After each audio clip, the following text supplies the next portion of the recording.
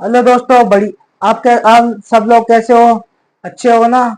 तो कल हमने चौहान वंश के बारे में थोड़ा बहुत जानकारी प्राप्त कर ली थी।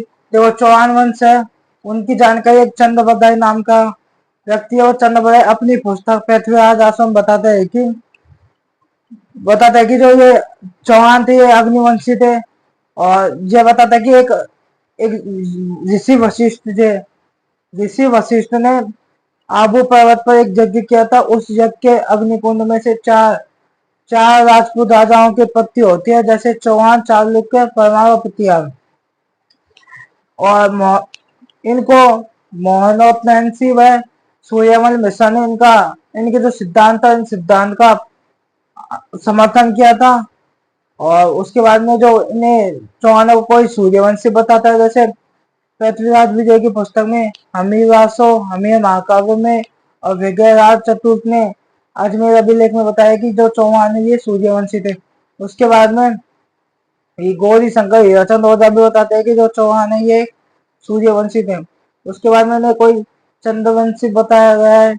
हासी अभिलेख जो हरियाणा का है, उसमें इन्हें चंद्रवंशी बताया गया है। और एक हासी अभिलेख और एक अचलेश्वर अभिलेख है जो सिरोही में, उसमें भी चौहानों को चंद्रवंशी बताया गया। चौहानों को कुछ लोग ब्राह्मण बताते हैं, जैसे देखो, एक तो इनको बताया था ब्राह्मण दशरथ शर्मा ने। और एक बिजोलिया अभिलेख में बताया गया है। और एक चंद्रावती अभिलेख जो सिरोही का है, उसमें बताया गया है। और कायम रासों में बताया गया है। और दशरथ शर्मा ने इन्हें चौहानों को ब्राह्मण बताया है। उसके बाद में जो इनका गोत्र है, उसका नाम है वत्सत्व गोत्र। तो उससे आगे कुछ लोग इन्हें चौहानों को विदेशी बताते कि विदेश से आए हुए थे, जैसे जेम्स टोड व विलियम क्विक, वी स्मिथ, ये तीन लोग इन्हें चौहानों को विदेशी बताते हैं। उसके बाद में जो जेम्स टोड है, इसने शक सिटी मन खाया है। मतलब जो इन्हें राजपूतों को, चौहानों को शक शक या सिटीमन किसने कहा था? जेम्स टोड ने।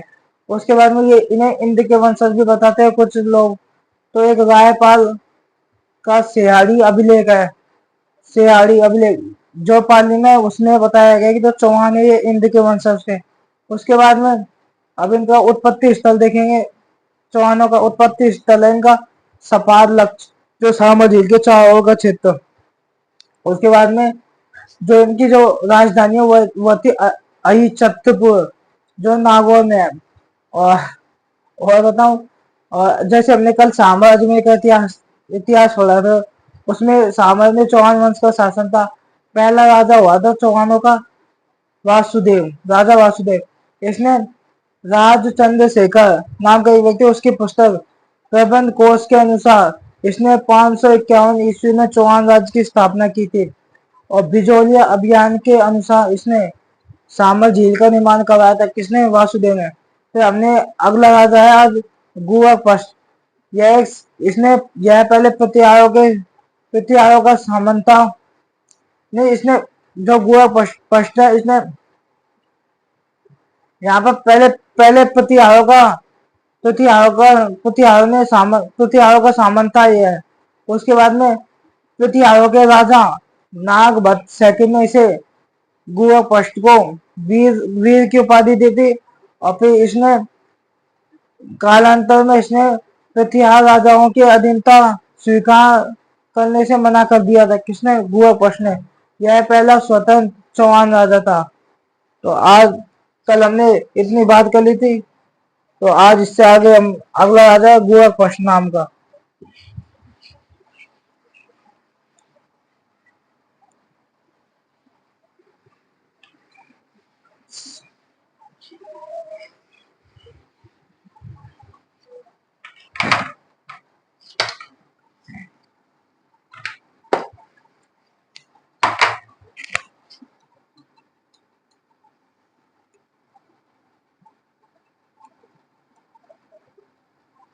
दूसरा राजा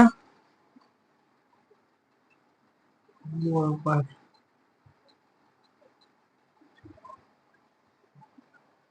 पहले प्रतिहारों का सामंत था।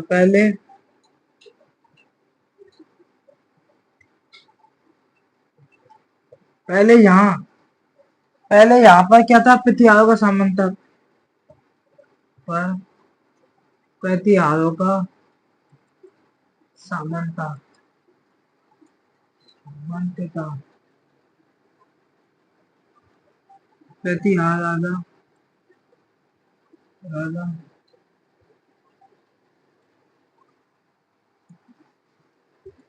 नागवत में,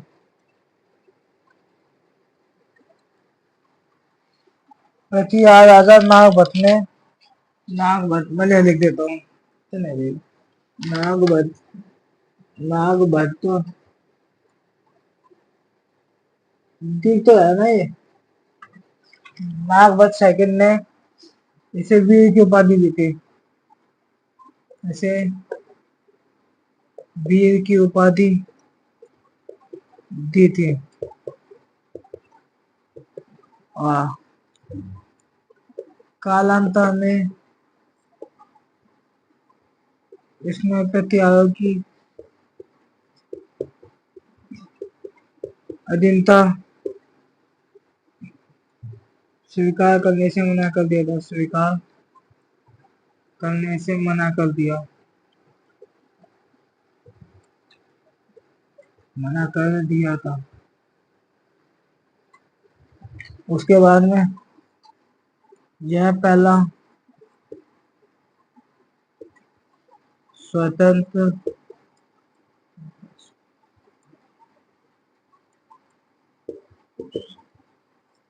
यह पहला स्वतंत्र चौहान राजा था।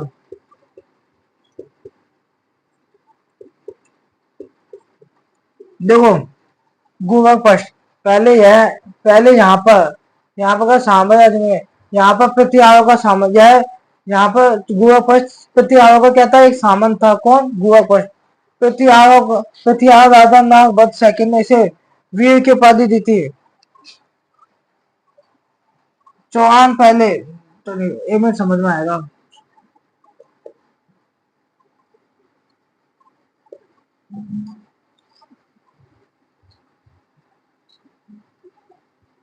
तो चौहान पहले प्रतिहारों के सामंत थे।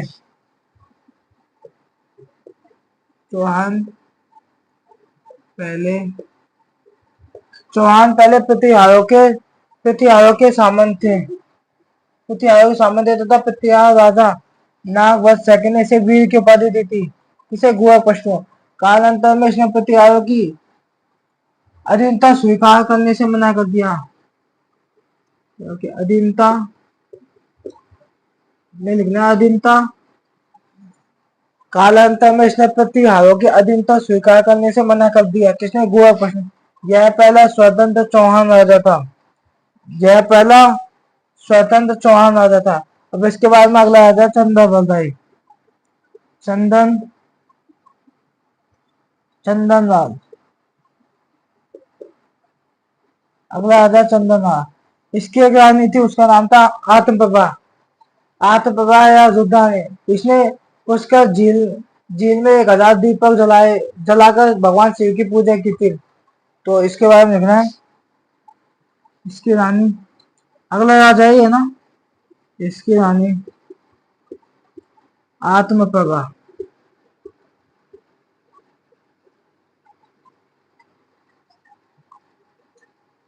आत्मप्रभा या रुद्राणी, उसका झील में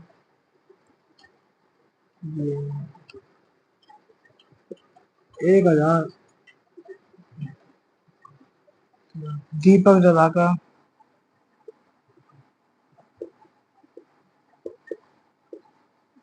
भगवान शिव की पूजा की थी,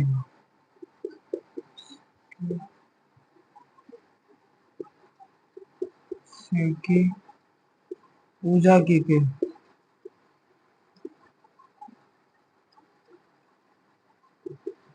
अतः इसका यह योगिक क्रिया कौन था, अतः यह यौगिक क्रियामण पूर्ण पूजा थी।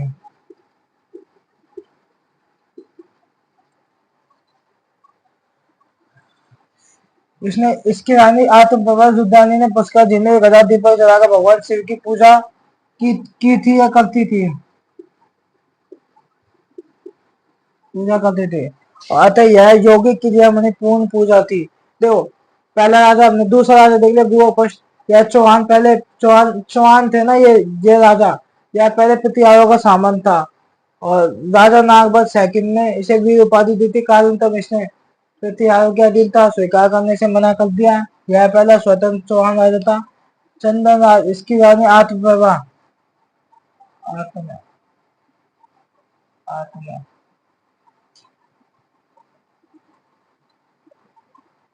आत्मप्रभा, यह रुद्रानी ने पुष्कर झील में एक अनाथ दीपक जलाकर भगवान शिव की पूजा करती थी।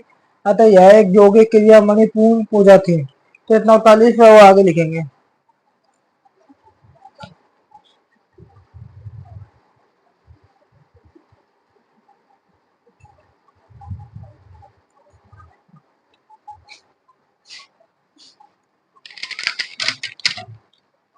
तो इससे आगे हम लिखेंगे अगला राजा वागपति। अगला राजा है वागपति, वागपति राज।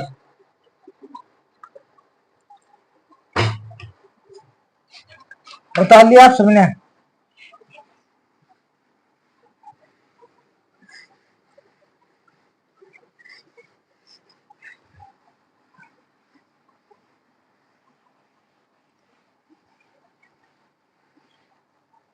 अगला राजा वागपति राज।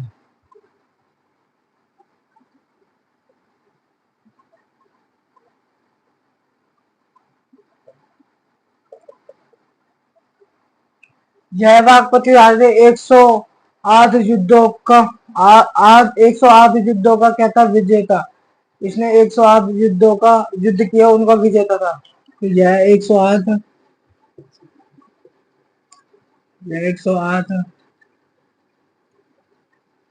युद्धों का विजेता था। 108 युद्धों का विजेता था। इसने अपने पुत्र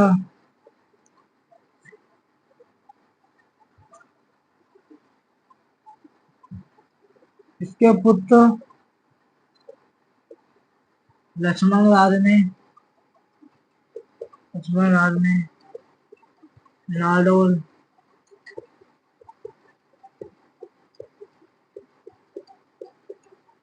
पाली में चौहान राज्य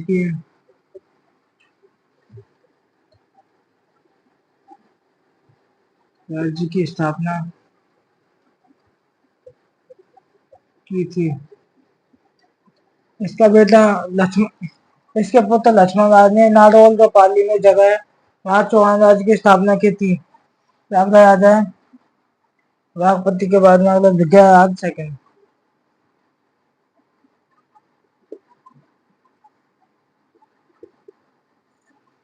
इसने गुजरात के चालुक्य राजा, गुजरात में एक चालुक्य वंश है, इसमें गुजरात के चालुक्य राजा मूलराज फर्स्ट को हराया है। और भरूच, यह जगह है गुजरात में, भरूच गुजरात में। इसने आशापुरा माता का मंदिर बनवाया था। आशापुरा माता का मंदिर का निर्माण करवाया था। यह चौहानों की कुलदेवी है। यह चौहान वंश की कुलदेवी है।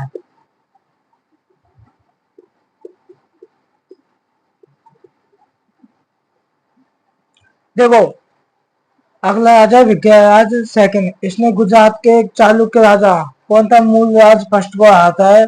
और भरूच गुजरात में इसने आशापुरा माता का मंदिर मंदिर है, उसका निर्माण करवाया। यह चौहान वंश की कुल देवी है। उसके बाद में अब अगला है थर्ड गोविंद तीसरा। तो बता लीजिए आप। राष्ट्रपति है, इसने 108 युद्धों का विजेता था। इसने अपने पुत्र लक्ष्मण राजा नाडोल पाली में चौहान राज्य की स्थापना की थी। विग्रहराज सेकंड, इसने गुजरात के चालुक्य राजा मूलराज प्रथम को हराया और आने के बाद में भरूच गुजरात में माँ आशापुरा माता का मंदिर बनवाया था। और वहाँ यह चौहान वंश की कुल देवी थी। उसके बाद में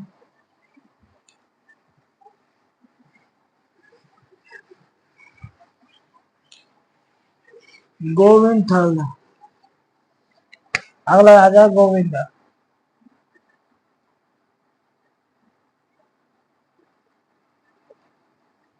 गोविंद थर्ड के समय एक तुर्क आए थे। तुर्क से आया था गजनी। तुर्क मतलब तुर्क से एक आया था मोहम्मद नाम का मोहम्मद गजनी आया था। मोहम्मद गजनी, उस मोहम्मद गजनवी को गोविंद थर्ड और एक गुजरात का एक शासक था भीम सिंह, दोनों ने मिलकर मोहम्मद महमूद गजनवी को रोका था। ये तुर्क था, तुर्क से आया हुआ था महमूद गजनवी। इसका नाम था महमूद, एक गजनी से आया था, इसका नाम क्या बोला, महमूद गजनवी बोला था, है ना। तो इसने गुजरात के राजा इसने गुजरात के चालुक्य राजा राजा भीमपस्ट के साथ मिलकर भीमपस्ट के साथ मिलकर महमूद गजनवी का मिलकर महमूद गजनवी का महमूद गजनवी को रोका था। गजनी मतलब गजनी है, ये गजनी जगह अफगानिस्तान में है। गजनी कहाँ है? अफगानिस्तान में जगह है गजनी,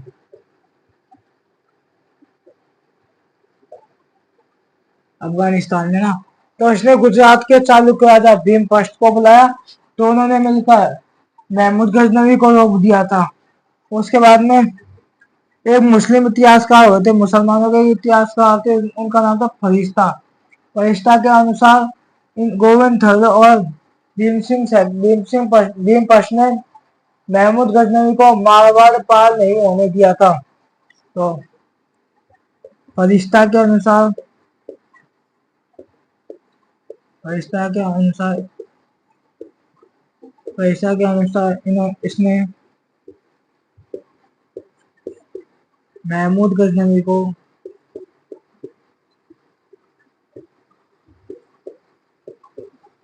मारवाड़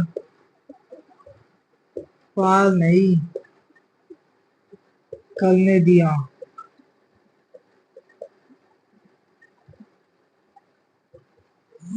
फरिश्ता फरिश्ता के अनुसार इसने महमूद गजनवी को मारवाड़ पार नहीं करने दिया था। तो ये हो गया। उसके बाद में इसने गुजरात के चालुक्य भीमपस्ट के साथ मिलकर महमूद गजनवी को रोका था। और इतना बता लिया, फिर से आगे अगला राजा है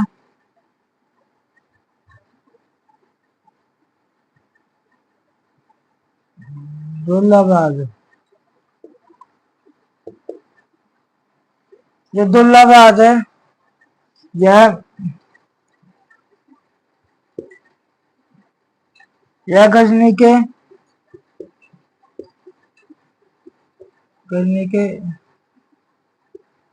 इब्राहिम खान के खिलाफ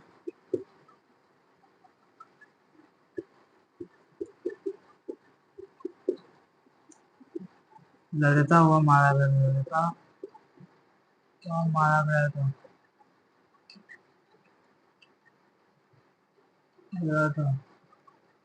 देखो, दुर्लभ राज है, यह गजनी के इब्राहिम के खिलाफ लड़ता हुआ मारा गया था।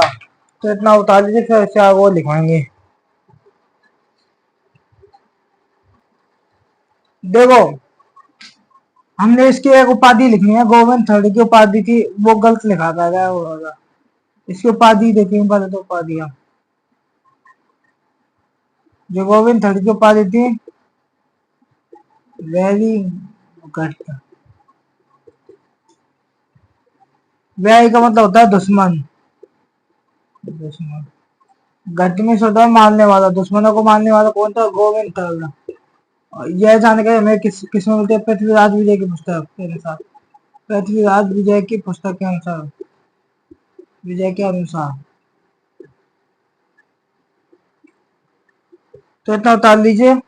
वह घट का मतलब आपको पता है, वह में दुश्मन होता है, और घट का मतलब होता है मारने वाला, दुश्मनों को मारने वाला। तो इसकी उपाधि लिख लीजिए। फिर इसके बाद में अगला आता है दुर्लभ राज। दुर्लभ राज थल। अगला आ जाए ना, इसमें लिखना है, इसने गजनी के, यह गजनी के, यह गजनी के इब्राहिम खिलाफ लड़ता हुआ मारा गया था, वह मारा गया था। तो यह गजनी के इब्राहिम के खिलाफ लड़ता हुआ मारा गया था, कौन, दुर्लभ राज। और इसने और इसके बाद में अगला आ जाए विजयराज।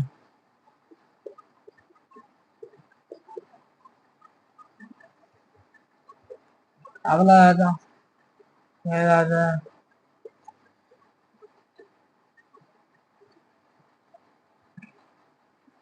विजयराज था। इसने गजनी के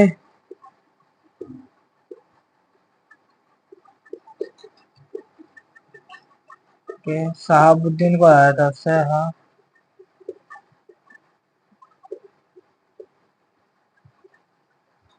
को हराया था।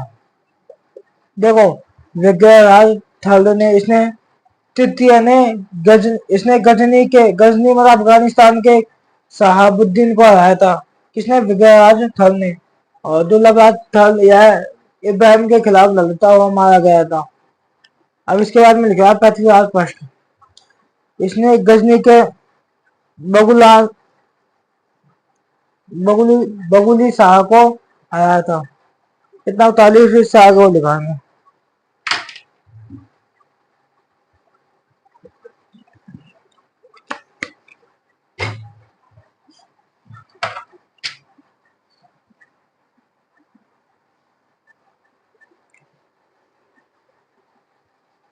45 समझ में तो आया सब कुछ, कहीं समझ में नहीं आया वो।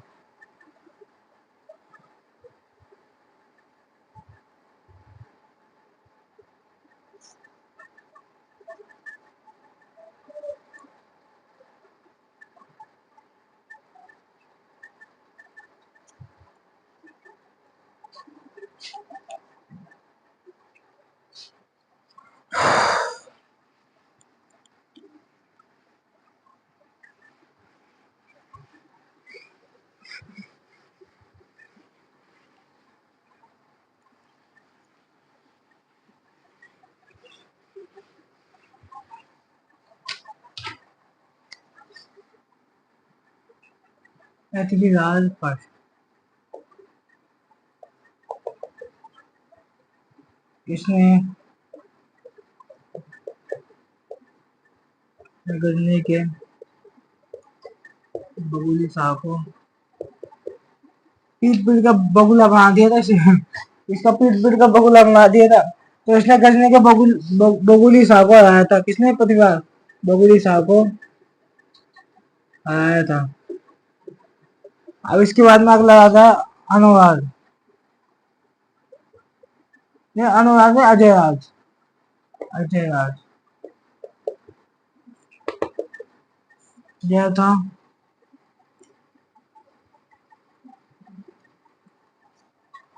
1105 से 1100 33 ईस्वी तक।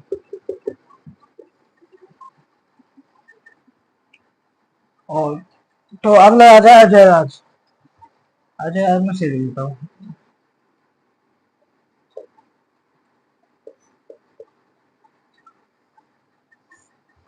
अजय राज। अब इसने अब ये अजय राज है, गजनी के मुसलमान है उनको आता है, तो इसने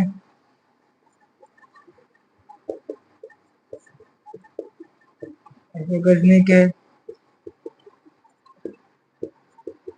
मुसलमानों को हराया था। पोस्टर में लिखना है माता। गर्जन का मतलब होता है बड़े, और माता का मतलब हाथी। जब बड़े हाथी जब युद्ध में मतलब उनके मतलब खोपड़ी छड़ जाती है, तो इसने अजय राज ने गजनी के जो मुसलमान थे उनको हराया था। गजनी के मुसलमानों को हराया था उसने। 1113 ईस्वी में अजमेर की स्थापना की थी। 1113 ईस्वी में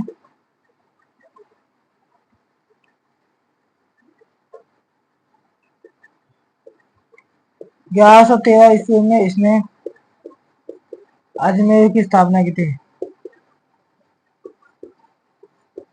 अजमेर की स्थापना की थी। और अजमेर की स्थापना की थी तथा वहां एक किले का निर्माण करता था। वहां पर एक एक किले का वहां पर एक किले का निर्माण करवाया था। और इसकी रानी सोमल देवी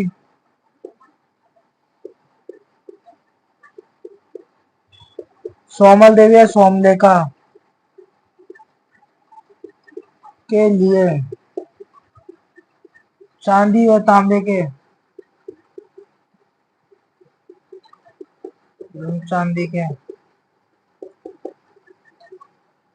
चांदी और तांबे के सिक्के सिक्के चांदी और तांबे के सिक्के चलाए थे।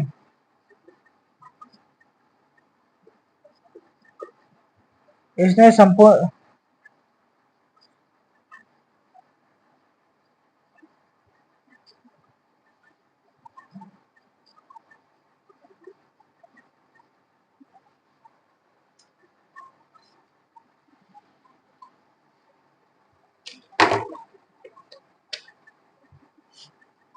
पृथ्वीराज विजय की पुस्तक के अनुसार इसने संपूर्ण पृथ्वी पर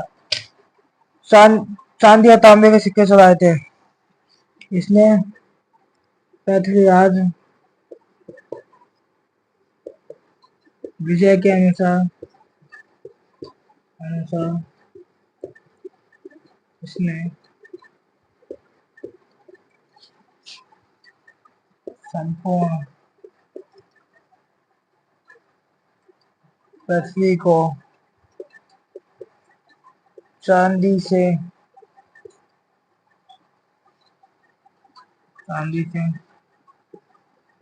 ढक दिया था। देखो पृथ्वीराज पर इसने गजनी के बगुली साहब को हराया था, मतलब बगुला बना दिया था पीठ था। उसके बाद में अजय राज 1105 से 1133 ईस्वी था। इसने गजनी के मुसलमानों को हराया। गजन का मतलब होता है बड़े, माता का मतलब हाथी, बड़े हाथी। 1113 ईस्वी में इसने अजमेर की स्थापना की थी। और वहां पर एक किले का निर्माण करवाया था। इसकी रानी अजय राज की रानी थी सोमल देवी। या सोमलेखा के लिए इसने चांदी व तांबे के सिक्के चलाए थे।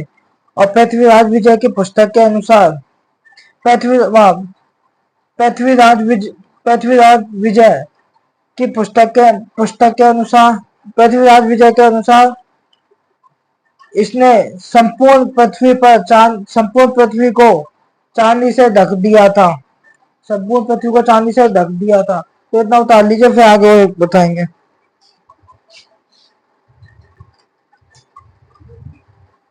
अब इसने क्या किया। अब इसने एक जैनों के भगवान थे, जैनों के 24 भगवान थे, और 24 भगवान में 23वें भगवान का मंदिर था पार्श्वनाथ मंदिर। उसमें इसने सुकरण स्वर्ण कलश भेंट किया था।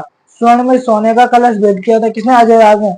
और इसने इसने दो व्यक्ति थे, एक का नाम था एक का नाम था धर्म घोष व चंद गुणचंद के बीच। इसने धर्म घोष व गुणचंद के दोनों के बीच में आपस में कोई बात को लेकर कुछ एक वो हो गया था कि जैसे मतलब बहुत से कहते हैं कि सर ये क्वेश्चन सही है, जैसे मैं बोली ये क्वेश्चन सही है, वो बोले सही नहीं है, तो आपस में ऐसा हो गया था। तो अजय राज जाता है और अजय राज के शास्त्र इनकी अध्यक्षता के बीच है, और दोनों को शांत करता है कि कोई दिक्कत नहीं। उसके बाद में इसने यहाँ पे अंतिम दिनों में सन्यासी बन गया और अपने बेटे अनुराध को राजा बना दिया। तो इसके बाद में हम लिखेंगे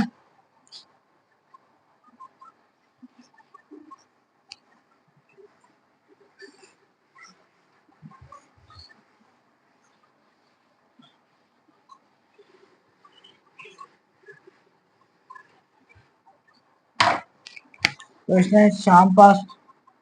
इसने पार्श्वनाथ मंदिर में इसने स्वर्ण कलश भेंट किया था। स्वर्ण कलश भेंट किया था। स्वर्ण कलश भेंट किया था इसने धर्म घोष व गुणचंद के बीच शास्त्रार्थ की अध्यक्षता की थी। यह अपने अंतिम दिनों में सन्यासी बन गया था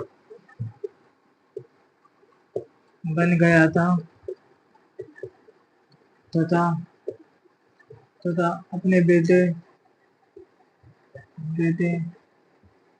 अनुराध को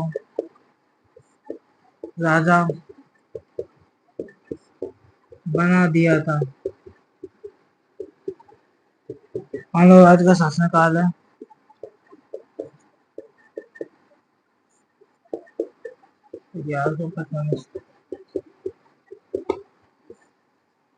तो देखो, इसने पार्श्वनाथ मंदिर में इसने स्वर्ण कलश भेंट किया था। इसने धर्म घोष व गुणचंद दोनों के बीच शास्त्रार्थ की अध्यक्षता की थी। यह अपने अंतिम दिनों में सन्यासी बन गया था और अपने बेटे अनुराध को राजा बना दिया। अनुराध का शासनकाल 1133 से 1155 ईस्वी तक था। इसने अजमेर के तुर्कों को हराया और वहां एक झील का निर्माण किया हुआ है, आदम सागर झील। और इसने मालवा के नवमन को हराया था, और गुजरात के जयसिंह सिद्धराज को हराता है, और फिर से गुजरात का एक शासक था कुमारपाल, वह इसको हरा देता है अनुराध को। तो इससे आगे जानकारी कल प्राप्त करेंगे। थैंक यू, धन्यवाद। आपको वीडियो अच्छी लगे लाइक करना, शेयर करना, सब्सक्राइब करना और हमारे यूट्यूब चैनल को सब्सक्राइब करना। और आपको मैंने डिस्क्रिप्शन मतलब जो मेरे यूट्यूब चैनल है उसमें उसके डिस्क्रिप्शन चैनल पे मैंने टेलीग्राम की लिंक डाल रखे, उसमें मैं करंट अफेयर्स के क्वेश्चन डालता हूँ और जीके का क्वेश्चन, तो आप ज्वाइन होइए। थैंक यू, धन्यवाद।